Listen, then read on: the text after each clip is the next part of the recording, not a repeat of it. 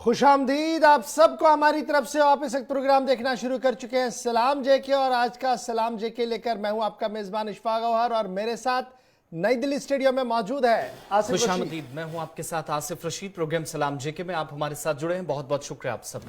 सामी नाजरीन, इस नशरियात को टीवी पर आप देख रहे हैं तो फटाफट से हमारी राब्ता साइट फेसबुक, ट्विटर, इंस्टाग्राम और कू पर जरूर आइएगा। साथ साथ हमारी ऑफिशियल वेबसाइट www.gulistannews.in पर लॉगिन, सब्सक्राइब और शेयर कीजिएगा। हर पल हमारे साथ जुड़े रहिएगा और अपना फीडबैक इन्हीं राब्ता साइटों के जरिए से हम तक पहुंचाइएगा कि किस तरीके से आप गुलिस्तान न्यूज की हर एक नशरियात को देखते हैं, और स्पेशली इस मॉर्निंग शो को जिसे आप बेपनाह मोहब्बत दे रहे हैं, इसे और मकबूलियत की मंजिलों तक पहुंचाइएगा अपना फीडबैक देकर और हमारी राब्ता साइटों को सब्सक्राइब कर। नाज़रीन, आज की अहम तरीन नशरियात में जहां जम्मू कश्मीर से हम खबरों की शुरुआत जरूर करेंगे तो दिल्ली तक आपको ले आएंगे। दिल्ली के बाद बैनुल-अक़वामी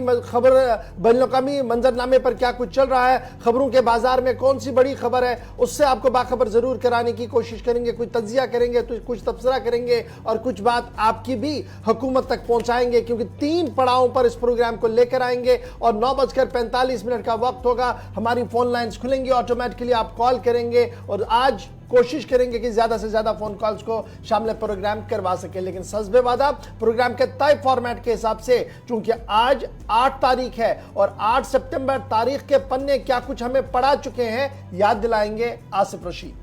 चलिए शुरुआत करते हैं हिस्ट्री ऑफ द डे से। आज का दिन क्यों अहम है, 8 तारीख है सितंबर की, और आज के दिन क्या कुछ हुआ है, माजी में कुछ अहम वाकयात हिंदुस्तान और आलमी तारीख में, वो आपके सामने रखते हैं। 1320 में आज ही के दिन अंग्रेजी कैलेंडर के मुताबिक 8 तारीख को गाजी मुल्क ने दिल्ली के सुल्तान के तौर पर आज के दिन जिम्मेदारी संभाली, यानी इक्तदार में आए। 1982 में जम्मू कश्मीर के दूसरे वज़ीर आज़म शेख मोहम्मद अब्दुल्ला, जिनका श्रीनगर में इंतकाल हुआ 8 तारीख साल 1982 को, उन्हें भी आज पार्टी लीडरान की तरफ से जम्मू कश्मीर के अंदर खराज अकीदत पेश किया जा रहा है। 1960 में साबिक वज़ीर आज़म इंदिरा गांधी के शौहर फिरोज गांधी का भी इंतकाल हुआ, उनकी खिदमत को भी आज याद किया जा रहा है। 1962 में आज ही के दिन चीनी अफवाज ने हिंदुस्तान की मशरकी सरहदों में दरअंदाजी की। यह पहली मरतबा ऐसा था जब भारत और चीन की अफवाज आमने सामने आई, और इसके बाद जंग भी भारत और चीन के दरमियान हुई। वजह सिर्फ यही दरअंदाजी थी जो 8 सितंबर 1962 को हुई थी। 1991 में पाकिस्तान ने आज के दिन बॉटिक रियासतों की सोवियत यूनियन से आज़ादी तस्लीम करने का बाकायदा ऐलान किया। अंग्रेजी कैलेंडर के मुताबिक 8 तारीख 1991 को यहां पेशरफ्त हुई। साल 1967 में आज के दिन युगांडा में कदीम कबायली निजाम का खात्मा हुआ और रिपब्लिकन हुकूमत कायम की गई। दुनिया भर के अंदर रिपब्लिकन हुकूमत या निजाम का आगाज 8 सितंबर 1967 से हुआ था।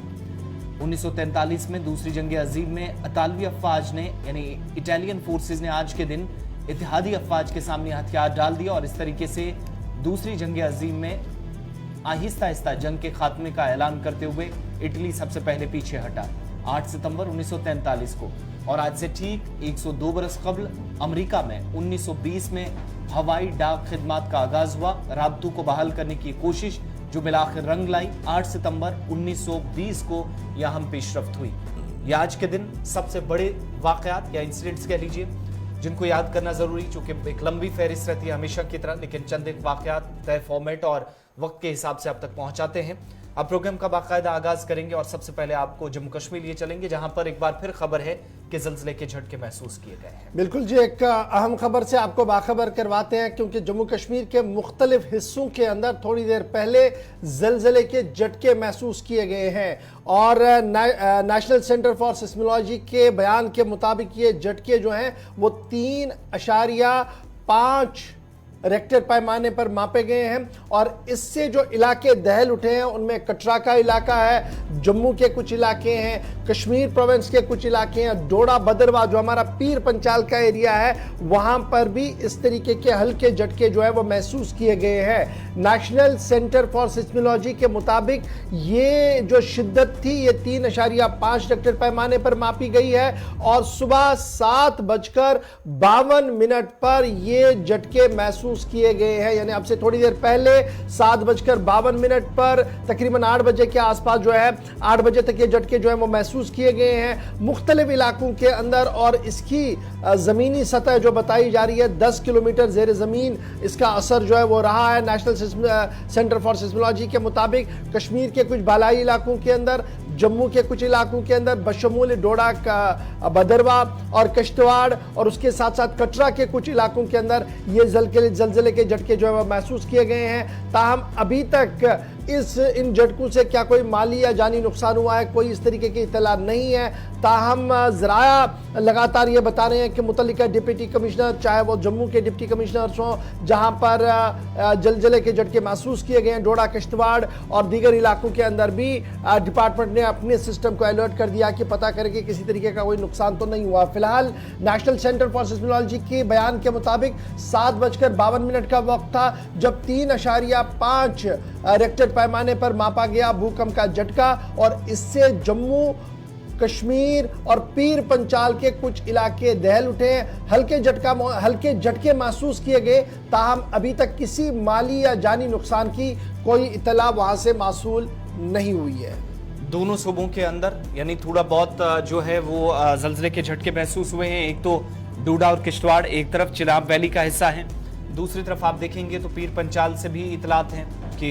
जलजले के झटके महसूस किए गए हैं। लेकिन बड़ी बात यह है कि पिछले आप देखेंगे तो 20 दिनों के दौरान लगभग 13 से 14 मरतबा जलजले के हल्के झटके महसूस किए गए हैं। कहीं से कोई इस तरह की इतला नहीं कि नुकसान जानी या माली तौर पर हुआ हो, मगर ये जरूर है पिछले दिनों हमने आपको एक रिपोर्ट भी दिखाई थी कि कैसे इस वक्त जो माहिर अर्जियात हैं वो इस सारी सूरत हाल को समझते हैं और उनने पहले ही इस तरह के खदशात का इजहार किया था कि आने वाले दिनों में मजीद इन झटकों से गुजरना पड़ सकता है। जो माहौलियाती तब्दीली है कहीं ना कहीं वो इन जल्जलों के पीछे इस वक्त सबब बन रही है और यही वजह है कि आज के वक्त में एक बार फिर से यानी सिर्फ 3-4 दिन बीच में से गुजरे हैं, जल्जले के झटके दोबारा से महसूस किए गए हैं। किसी भी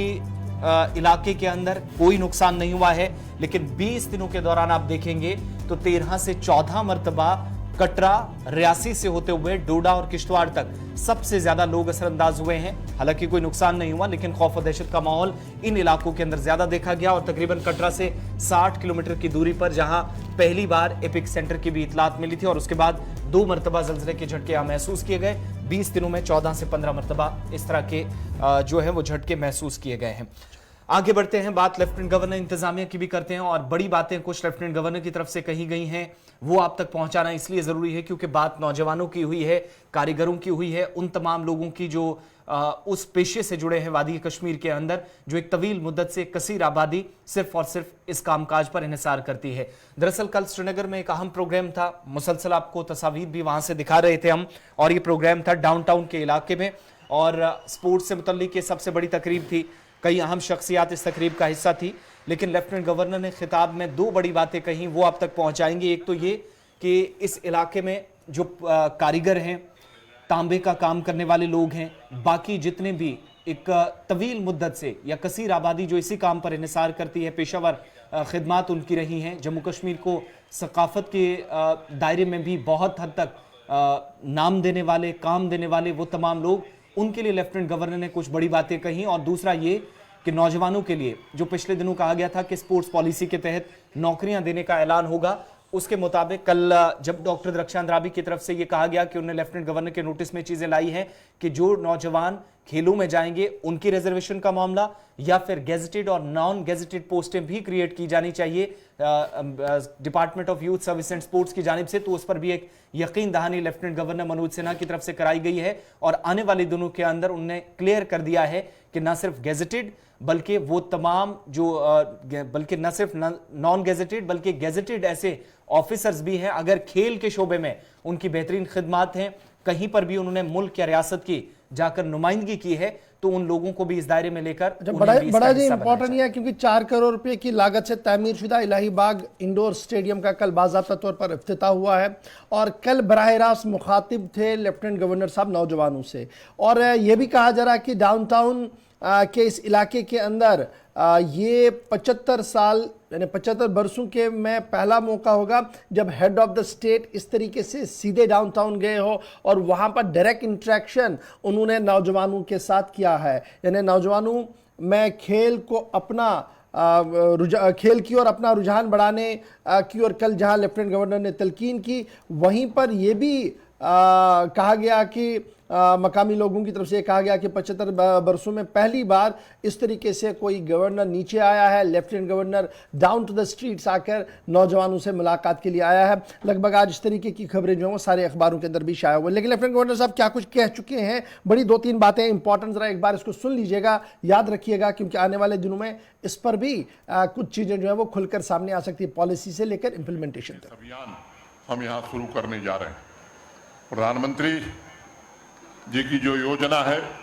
रोजगार गारंटी की,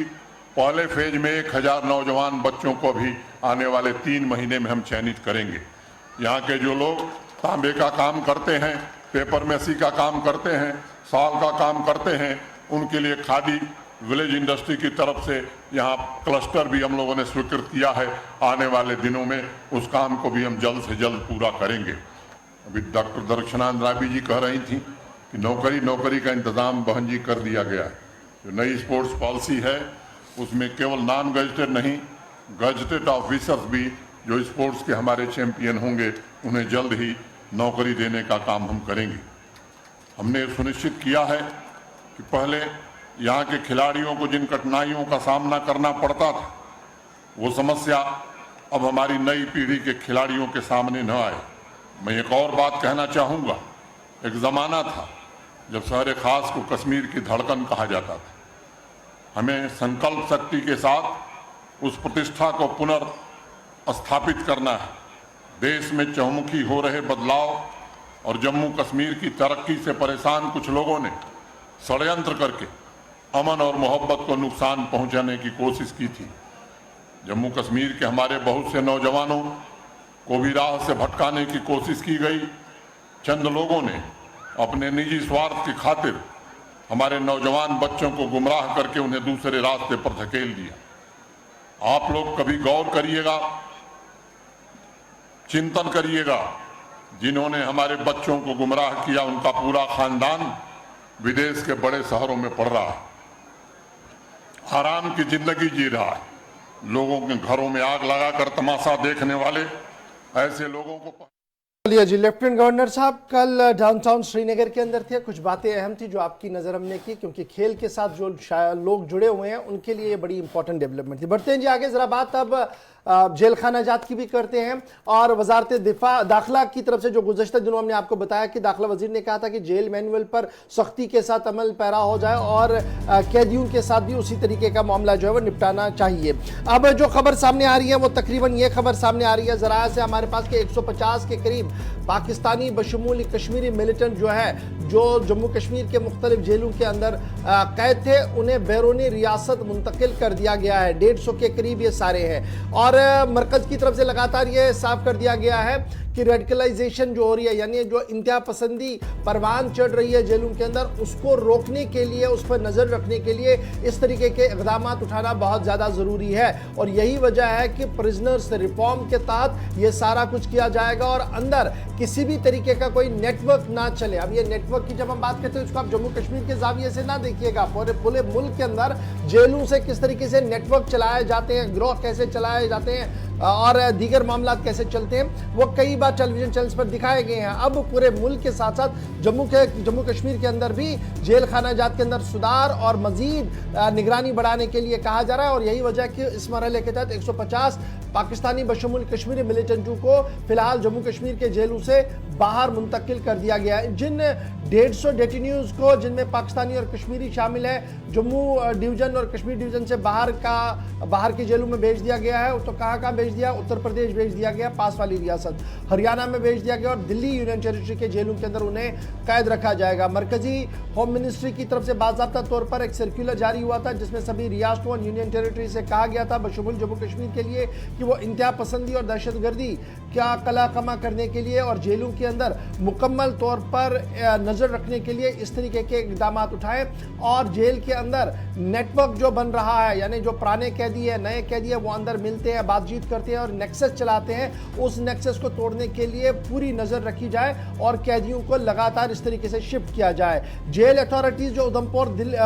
उत्तर प्रदेश, दिल्ली और हरियाणा के अंदर है, उन्हें यह साफ कर दिया गया है कि वो सेग्रीगेट करें जी, अलग अलग करें पाकिस्तानी और कश्मीरी मिलिटेंट्स को, और जो लोग वहां पीएसए के तहत बंद है एक दूसरे के साथ वो मिल ना पाए, यानी ना पाकिस्तानी मिलिटेंट कश्मीरी मिलिटेंट के साथ मिले, और जो पीएसए के तहत छोटे बड़े जुर्मों के अंदर जम्मू कश्मीर के लोग बंद है वो आपस में मुलाकात ना कर पाए, इस तरीके का बंदोबस्त किया जाए। उत्तर प्रदेश, दिल्ली और हरियाणा जेल हुकाम के लिए यह खुसूसी हिदायतनामा भी जारी कर दिया गया है। इधर जम्मू कश्मीर के अंदर भी सेग्रीगेशन ऑफ मिलिटेंट्स यानी अलहदा कैटेगरी के तहत लोगों को बंद रखा जाएगा, और वहां पर भी किसी तरीके का कोई एक्सेस मोबाइल कम्युनिकेशन का ना हो, इस हवाले से माकूल और मुनासिब इक़दाम जो है वो जेल हुकाम की तरफ से उठाए जा रहे हैं। लगातार पिछले कई हफ्तों से आपने देखा होगा कि मुख्तलिफ जेलों से मुख्तलिफ खबरें सामने आ रही थी, जिसके बाद दाखिला वजारत ने इस बात का फैसला लिया था कि बड़े पैमाने पर जेल मैनुअल और जेल खानाजात के अंदर जो कुछ चल रहा है उस पर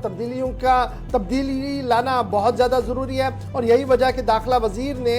जेल को इंटरनल सिक्योरिटी के साथ जोड़ते हुए कहा था कि ये वो हसास इदारा है, जो लोग यहाँ बंद है वो मुल्क के लिए खतरा होते हैं, लेकिन उनका बंद रखना बहुत ज़्यादा ज़रूरी होता है, इसलिए वो अंदर से कोई भी हलचल ना करे। इसलिए जेल हुकाम पर भी लाजिमन ये ज़रूरी है कि वो अपने आँख, नाक और कान खुले रखे, और हर एक मुश्तबह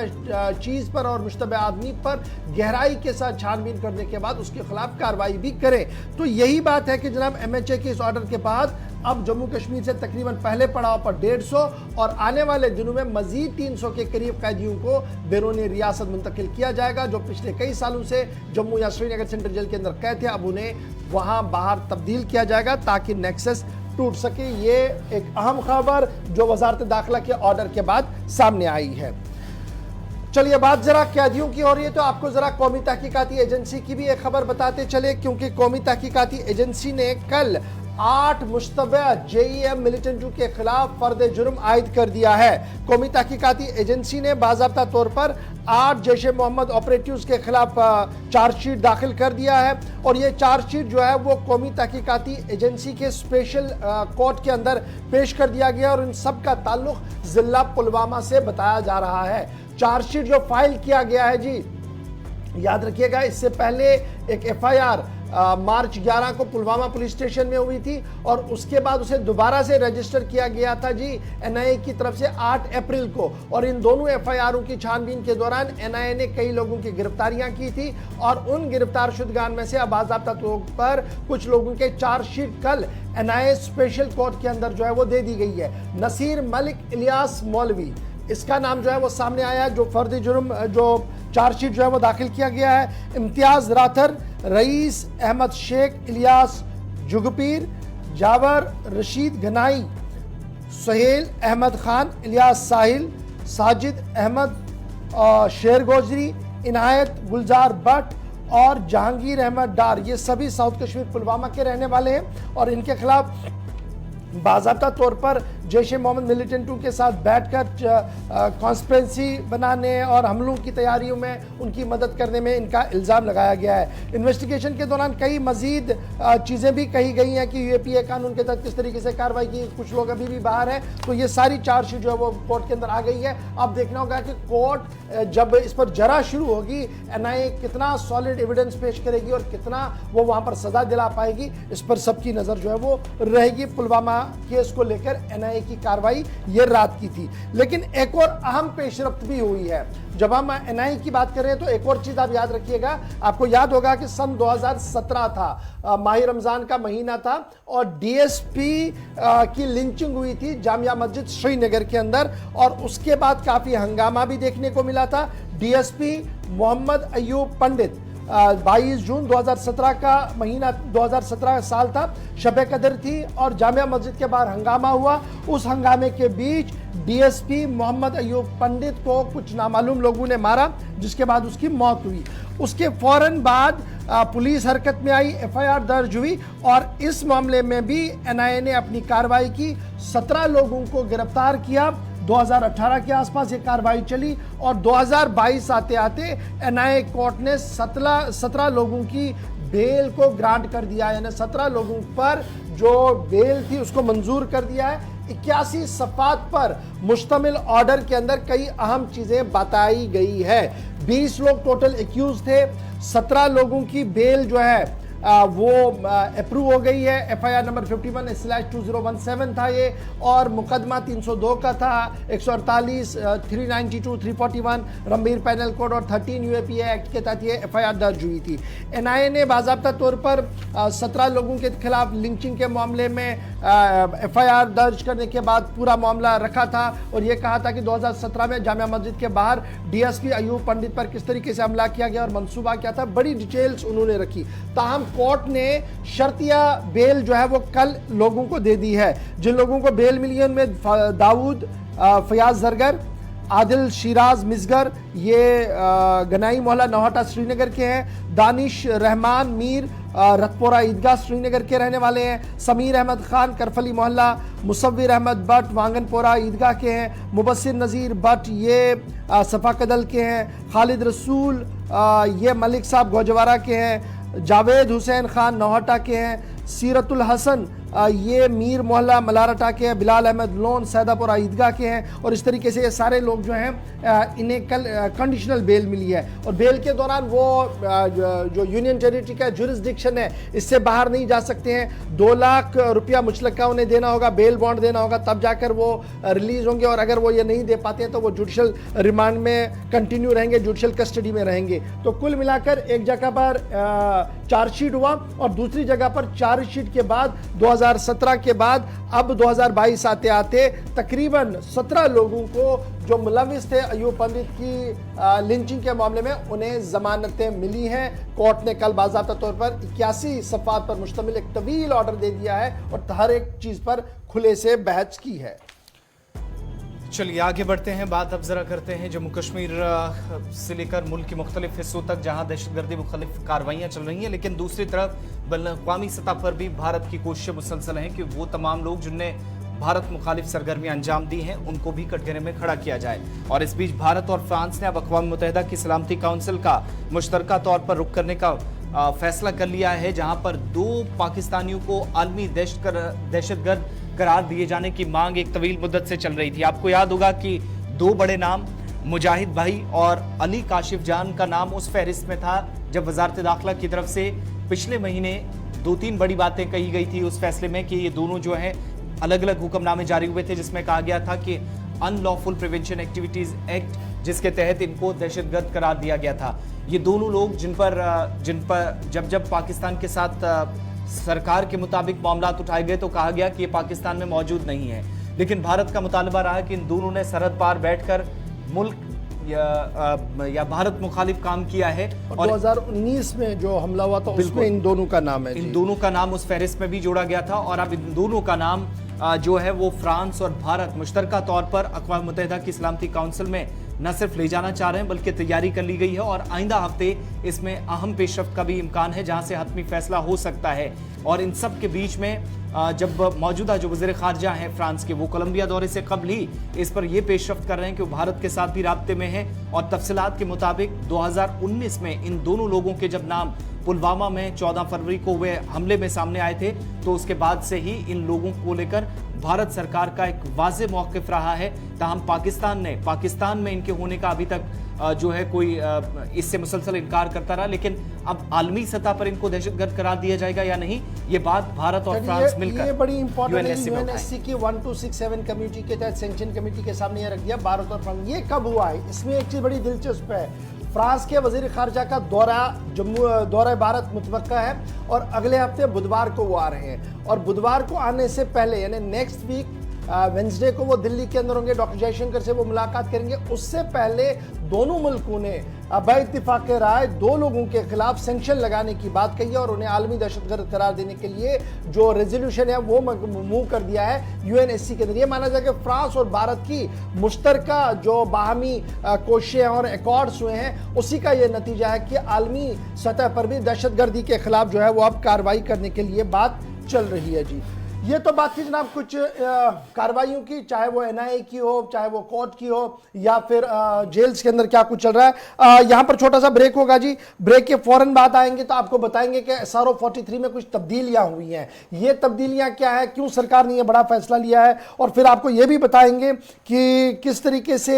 मजीद 120 स्कूल कहाँ पर खोले जा रहे हैं। करप्शन के खिलाफ जंग में क्या कुछ ACB का मानना है, और गुलाम नबी आज़ाद का आज का दौरा, यानी आज से जो दौरा दूसरा पड़ाव शुरू हो रहा है, उसके क्या माने हैं, और किस तरीके से ये जो लंबा दौरा है इसको पॉलिटिकली कैसे देखा, जरा बताएंगे आपको छोटे से ब्रेक के बाद। ब्रेक के फौरन बाद हाजिर होते हैं तो बैक टू बैक की सारी खबरें आपके सामने रखेंगे।